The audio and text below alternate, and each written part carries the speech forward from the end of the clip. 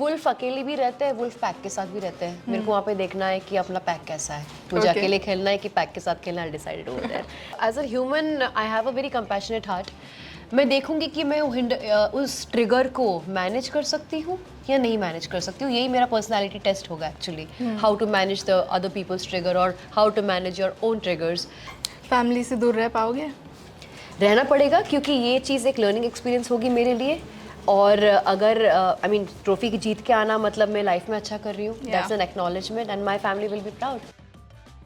Hi everybody, this is Anusha Pujari and you're watching me on Filmy Mantra. Today I am sitting here with someone जिन्होंने काफ़ी blunt step लिया है and is going to enter Big Boss season 18. Hi Naira. Hi, how are you? I'm so good. How are you? I'm good, yeah. ये release होने तक तो आप obviously Big Boss के घर तक चले गए होंगे. Yeah. I want you to keep your hand to your heart and genuinely tell me, are you prepared for Big Boss? Honestly speaking, there is no preparation done because whatever you prepare, you don't know what kind of situations you're going to face. You honestly only have to use your presence and mind and use your principles and react. So there is no preparation. The more you prep, the more nervous you get and the more you may falter. And you know it's true, right? कि Big Boss physical energy से ज़्यादा mental and emotional journey के बारे में ज़्यादा है. Tell me how strong are you on that level emotionally? How strong are you और weak are you?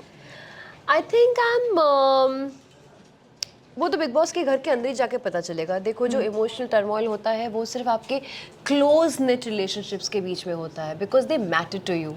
You really depend on them emotionally. तो Bigg Boss के घर में तो एक नया वो होने वाला है जहाँ पे I will start connecting with people. It's not that मैं पहले से इमोशनली अटैच्ड हूँ जो कि कोई और इंसान मुझे अफेक्ट कर सके. हाँ 3 महीने बहुत लंबा जर्नी होता है. उसमें से हो सकता है later on in stage in life शायद मैं किसी से कनेक्ट हो जाऊँ या शायद मुझे किसी की हरकत हर्ट करे. But I have to remind myself that this phase will pass and I need to be strong. Fair. Every season में या तो पीपल प्ले इन ग्रुप्स या तो इंडिविजुअल. एक सीज़न में मंडली देखने मिली थी एंड एक सीज़न में सिद्धार्थ शुक्ला ने अकेले खेले थे. So I want to know what do you prefer?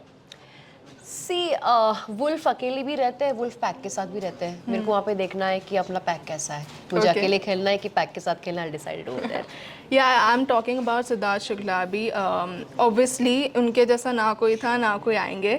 बहुत सारे कंटेस्टेंट्स ने कहा भी है कि he is our inspiration. I want to know if you have followed him कहीं ना कहीं and what you have taken from him. Unfortunately मैंने उनका सीज़न देखा नहीं था और जब मैंने देखने की कोशिश की वो इस बार निकाल ही दिया है. 15 से ऑनवर्ड्स ही सारे बिग बॉस के सीजन्स हैं ऑनलाइन जो मैं देख सकती हूँ. तो unfortunately I did not get a chance to see him. But जितना भी मैं लिंक्स देखती हूँ इंस्टाग्राम में या जहाँ पे भी मुझे थोड़े बहुत दिखते हैं, I think he was very strong and he was very clear and he spoke his mind very very clearly. He was never scared.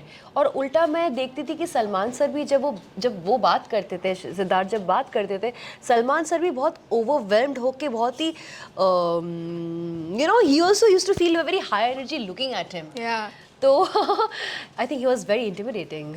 You know, and his bond with Shehnaz also was something else. That purity and everything, you know. ऐसा bond आपका देखने मिल सकता है big boss में? That तो वो अंदर जाके फिगर आउट करना पड़ेगा कि ऐसा बॉन्ड किसी के साथ मेरा बनता है कि नहीं. अभी मैं कुछ प्रेडिक्ट नहीं कर सकती. हाँ, इस टाइम का थीम ही है राइट फ्यूचर के बारे में. What are you seeing ahead of Bigg Boss? It's better to stay in the past and understand your past and move on from your past so that you enjoy your future properly. Okay, and what do you think could be your obstacle in the journey? क्योंकि किसी ना किसी का trigger point कुछ तो होता ही है. See, as a human, I have a very compassionate heart. मैं देखूंगी कि मैं उस ट्रिगर को मैनेज कर सकती हूँ या नहीं मैनेज कर सकती हूँ. यही मेरा पर्सनालिटी टेस्ट होगा actually. How to manage the other peoples trigger और how to manage your own triggers. But having said that I will definitely go with a compassionate heart जहाँ पे मैं नेगोशिएट करके बात करके चीज़ों को सॉल्व करने की कोशिश करूँ. एक पॉइंट के बाद अगर वो नहीं होता है I will see what are the other resorts. I am not the kind of a person जो पहले से ही चिल्लाना विल्लाना ये शुरू कर देता है. That's not a very favourable way to deal with situations in real life.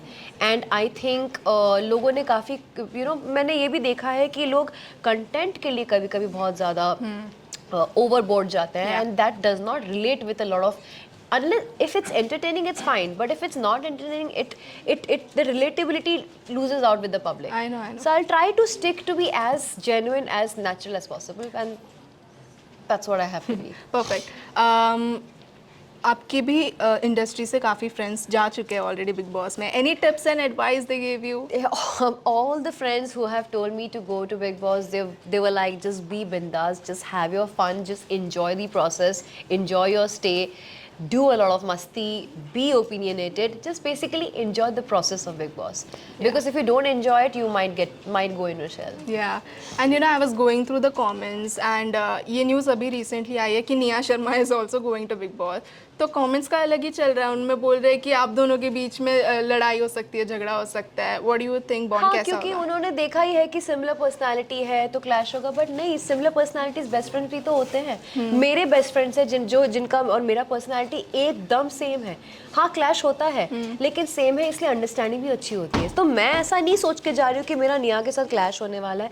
मैं ये पर्सपेक्टिव लेके जा रही हूँ कि शायद हमारी अंडरस्टैंडिंग और हमारी दोस्ती बहुत अच्छी भी हो सकती है. फैमिली से दूर रह पाओगे? रहना पड़ेगा, क्योंकि ये चीज़ एक लर्निंग एक्सपीरियंस होगी मेरे लिए. और अगर आई मीन ट्रॉफी जीत के आना मतलब मैं लाइफ में अच्छा कर रही हूँ, that's an acknowledgement and my family will be proud. My पापा वाज अ मिलिट्री ऑफिसर, वो भी तो फैमिली से दूर रहते थे. It's all in your mind, you What was decide. their reaction when you told them?